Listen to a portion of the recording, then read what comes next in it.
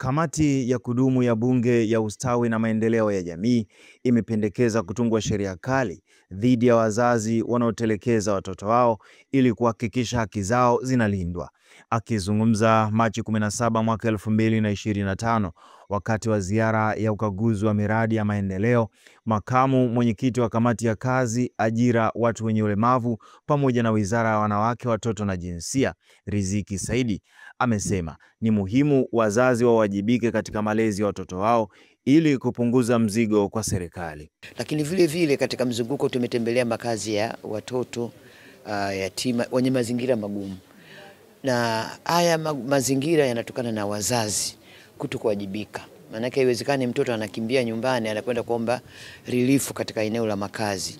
Kwa maana moja ni maadili mabovu na utendaji mbovu ambao wanakutana nao ndani ya majumba. Ni wasii wazazi, wajibikeni kwa kuwatunza watoto ambao nyinyi ndio wajibikaji. Nyinyi mmewazaa. Leo unajikuta nyumba zimepata divorce, matokeo yake mama baba hawajibiki, unawafanya watoto wanakuwa desperate kukimbilia maeneo haya, hivyo kuiongezea mzigo serikali. Na baadaye naona tutunge sheria. Wale wazazi ambao wanawatelekeza watoto wao wawe identified na ikiwezekana wapelekwe mahakamani. Maana haiwezekani kubeba msalaba au mzigo wakati baba yake na mama yake yupo. Lakini vile vile nipongeze hapa tulipofikia. Maana leo tumekuja kwa ende hapa chuo cha maendeleo ya jamii Kijitonyama. Tumefurahi sana. Vyuo vyote viwili vya maendeleo ya jamii tumeanzia Tengeru, viko vizuri. Tumekuja hapa viko vizuri. Tumeangalia katika hesabu za ujenzi. Sisi tunaangalia sana BOQ. Tunakwenda sehemu nyingine mtu anakupa hesabu ambayo haieleweki, lakini hapa kila kilichotenda kina BOQ. Kimeangaliwa, wamepeleka shughuli zao za usimamizi kwa chuo cha ufundi DIT. DIT pale pana wataalamu wazuri. Vile vile hata hizi pesa badala ya kusema ziende kwingine, wao vile wanaitafuta on source. Hivyo kupata tenda za serikali kwenda katika maeneo ya serikali. Vile vile na maana unawapa uwezo wale watu wa DIT au watendaji wa DIT kupata source of income kwa kupitia miradi yetu ambayo tunafanya katika vyuo. Tumeangalia mazingira ni mazuri. Kwa kweli tumefurahi sana, na haki huyu mama au mkurugenzi mkuu chuo hapa ana haki kubwa ya kupongezwa kwa kazi kubwa aliyoifanya, na ana usimamizi bora na unamwona kabisa anawajibika. Katika ziara hiyo, kamati ilibaini changamoto mbalimbali ikiwemo miradi iliyo chini ya ubora kama ule wa Monduli na kusisitiza ukaguzi wa matumizi ya rasilimali. Kuanzia tarehe 13 kamati tulianza kufanya mzunguko wa kutembelea miradi mbalimbali ya wizara hizi zote mbili, tukianzia na mkoa wa Arusha. Na tumepita kutembelea na kukagua maeneo mbalimbali. Tuliyobaini tumeyatolea majibu kwa ni lazima yasimamiwe, na yale mazuri tumeyapongeza. Nataka nitoe rai hasa katika vyuo. Sisi kama tunapokwenda pale hatuendi pale kwenda kucheza, tunakwenda pale kwenda kufanya kazi. Na sisi kama wabunge tunajipanga kutokana na nafasi zetu. Kwa mfano tuna wahasibu, tuna madaktari, tuna mainjinia. Hivyo wanapofikiria tunakwenda kule, hatukwenda kule kucheza, tumekwenda kufanya kazi. Mheshimiwa Rais anahangaika kutafuta pesa, sisi tunahangaika kutunga sheria na kusimamia sheria. Hivyo wale ambao wanajiona kama wanahisi kama sisi tumekwenda kule kufanya mchezo, hapana. Na ndio maana katika kutembelea miradi, kuna miradi tumeikataa. Mfano mradi wa Monduli tuliukataa, hauko katika viwango na matumizi yake hayakuturidhisha, na ndio maana tuliomba yakafanywe ukaguzi rasmi. Aidha, kamati imeshauri serikali kujenga majengo maalum kwa ajili ya maafisa ustawi wa jamii ili kuboresha huduma kwa watoto wanaoishi katika mazingira magumu. Kwa mfano tulikwenda kutembelea chuo cha watoto wenye mazingira magumu Kurasini, na chuo hakina nyumba. Huyu afisa maendeleo ya jamii anahitaji kuwatunza wale watoto na kuhakikisha watoto wako katika ustawi mzuri. Hivyo kama hawana malazi ya kutosha, ina maana tunawapa watu kazi yao kuhangaika kukaa mtaani, na hawa wataki kukaa mtaani. Wanataka walee watoto. Leo tunaona kuna watoto chini ya miaka 10.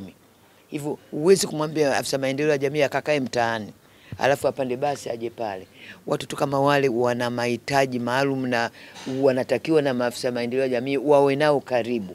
Tumeona kuna watoto ambao wametolewa mitaani ambao wameshakuwa kruku, wamepelekwa pale, wamelelewa mpaka wamekuwa na discipline. Kama hakuna watu wa kukaa nao karibu, na maana bado mnazalisha makundi mengine ambayo yakitoka pale yatakuwa yanakwenda nje. Tumekwenda pale chuo kizima, hakuna nyumba zinakobwa na watu 4, lakini watoto zaidi ya 100 na kitu wanakaa pale. Wale watu wanatoka maafisa maendeleo, wapishi, matron wanakaa nje. Uone kama inasababisha matatizo. Na ushauri kwa tunakwenda kufanya kazi ya kamati kama kamati, tunaiomba serikali na tuiombea bajeti kubwa ili angalau tusimamie masuala ya majengo yajengwe, hasa kwanza majumba ya wafanyakazi staffs. Wakiweka nyumba zao pale pale itakuwa ni rahisi kuwahudumia na kujua matatizo yanayotokana na maeneo hayo. Kamati imekumbusha kuwa ziara zake sio burudani bali ni utekelezaji wa majukumu yake ya kikatiba, huku Rais Samia Suluhu Hassan akiendelea kuhakikisha upatikanaji wa ajira na maendeleo kwa wananchi. Kamati hiyo pia imetembelea kituo cha kulelea watoto Kurasini na chuo cha ustawi wa jamii jijini Dar es Salaam. Kwa majina naitwa Amoni Anastasi Mpanju, ni naibu katibu mkuu Wizara ya Maendeleo ya Jamii, Jinsia, Wanawake na Makundi Maalum, ambako ni kwenye ziara kamati na mwakilishi katibu mkuu ambapo kwenye majukumu mengine, lakini tumeambatana na Mheshimiwa Naibu Waziri. Kwa hiyo alikuwa nakagua miundombinu na kuangalia huduma za kistawi zinazotolewa pale, na mwisho siku tumemalizia ziara yao kwenye taasisi yetu ya chuo cha ustawi wa jamii, ambako alikuwa nakagua mradi wa ujenzi wa ukumbi wa mihadhara ambao utakuwa na uwezo kuchukua wanafunzi 400. Sasa baada ya ukaguzi wa miradi hii na maendeleo ya kiustawi kwenye taasisi zetu za maendeleo na ustawi wa jamii, kamati imetuelekeza mambo mahususi, kwa sababu kamati yetu ndio inasimamia bajeti, ndio inatusemea bungeni. Kwa hiyo imetuelekeza mambo ya kufanyia marekebisho ambayo tutafanya marekebisho sisi wizara, lakini pia wamepata ufafanuzi na uelewa wa kutosha kuhusu masuala ya maendeleo, wajibu wa vyuo, miundombinu iliyopo, upungufu uliopo, pamoja na kwenye taasisi ya ustawi jamii na makao ya watoto. Kwa hiyo tunatarajia waheshimiwa wabunge baada ya kupata uelewa mpana na kuona utekelezaji wa miradi, sasa wanapoenda bungeni waendelea kutusemea, na hatimaye inaweza kapelekea kupitia bunge kuongezwa kwa bajeti, kwa sababu mambo ya ustawi yanahitaji fedha nyingi. Lakini pia ni vyema niseme mambo ya ustawi na maendeleo ya jamii hawezi kugharamiwa na serikali peke yake. Kwa muda mrefu tumekuwa tushirikiana na wadau mbalimbali, mashirika yasiyo ya serikali, taasisi za dini na wadau wengine. Lakini pia mambo ya ustawi jamii yanahitaji usikaji wa moja kwa moja wa walezi, wazazi na jamii kwa ujumla. Kwa hiyo nitoe rai kwa jamii, kila watu watimize jukumu lao, na hususan katika malezi na makuzi na maendeleo ya watoto. Kwa sababu watoto tunaowaona sasa hivi mitaani, ambao mpaka serikali imeweka makao makuu 3 ya kitaifa na mengine na pia yapo binafsi 374, pamoja na watu wenye kutoa malezi tunaita fit persons ambao wako nchi nzima zaidi ya 1803. Sasa hawa wote wanatusaidia katika huduma za kiustawi, lakini serikali tunaingia kwa muktadha wa kuja na afua hizi kwa sababu kuna kufeli ama kushindwa kwa mifumo ya malezi na makuzi na uwajibikaji wa wazazi. Sasa tunatoa rai kama serikali, wazazi na walezi watimize wajibu wao, na viongozi wa dini na kimila sote tuwalinde watoto, lakini tuimarishe taasisi za ndoa, kusiwepo na mifarakano na migogoro, kwa sababu ndio inapelekea kuwepo kwa watoto kwa kukosa malezi na misingi inayotakiwa. Kwa jina naitwa Mwanaidi Alhamis, naibu waziri maendeleo ya jamii, jinsia, wanawake na makundi maalum. Leo tumekuja hapa katika kuangalia mradi wa maendeleo wa chuo cha ustawi wa jamii.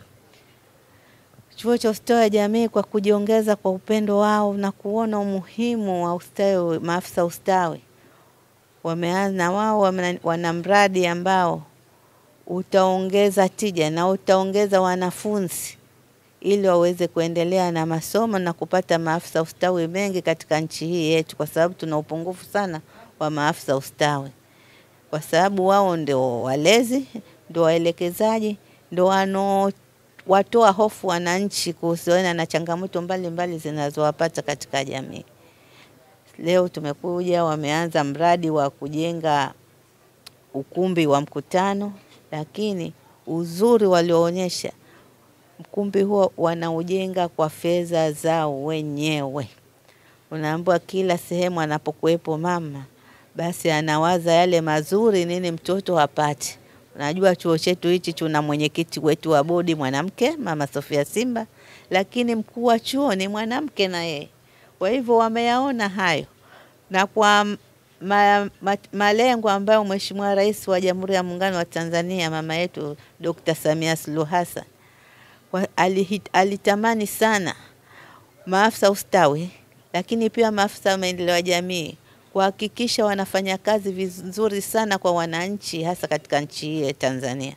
Hapo mwanzo Mheshimiwa Rais kabla alipoanza kupewa madaraka kutokana na katiba ilivyoelekeza, alijua kwamba kuna maendeleo ya jamii na ustawi wa jamii, lakini hii wizara ilikuweko ndani ya Wizara ya Afya.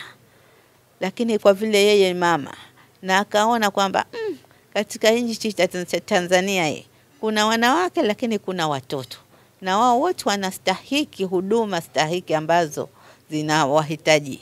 Na wanawake sana walikuwa wanapenda sana wako nyuma kimaendeleo, lakini wanaonewa sana, na ndio akaona iunde hii Wizara ya Maendeleo ya Jamii, Jinsia, Wanawake na Makundi Maalum.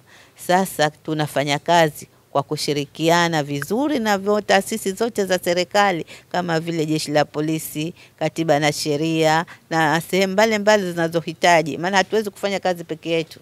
Sisi kama wizara lazima tushirikiane na sekta binafsi kutokana na changamoto za maisha, lakini changamoto za binadamu jinsi zinavyotokea. Na sasa hivi wizara wananchi wameanza kuelewa wizara yao. Wizara hii inapofanya ya matokeo yanapotokea, na ndio maana sasa hivi mnasikia matangazo mengi yanatoka kuhusu changamoto mbalimbali zinazopata na nchi na hukumu zinazotolewa.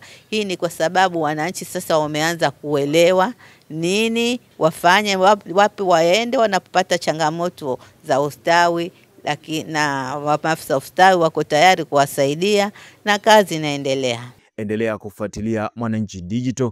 Mimi ni Jesse Tunuka wa Mwananchi